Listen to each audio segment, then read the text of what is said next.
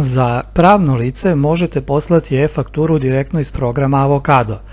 Iz baze izaberite željeno pravno lice. Ukoliko je to pravno lice korisnik javnih sredstava, nakon PIB-a potrebno je uneti njegov JBKJSK broj. Proverite da li je tarifa pravilno uneta i odaberite lice za koje želite da napravite fakturu. Samo za korisnike javnih sredstava potrebno je uneti broj ugovora ili navesti član po kome se vrši fakturisanje. Nakon toga kliknite na dugme Štampaj fakturu. Fakturu možete odštampati za svoju ličnu evidenciju.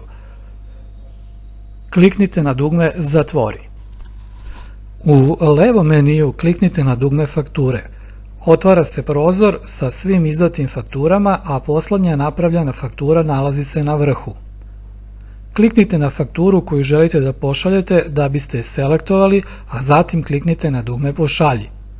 Nakon prijema od strane e-faktura portala dobijate poruku da je faktura uspešno poslata i automatski se štiklira njen status u koloni Poslate.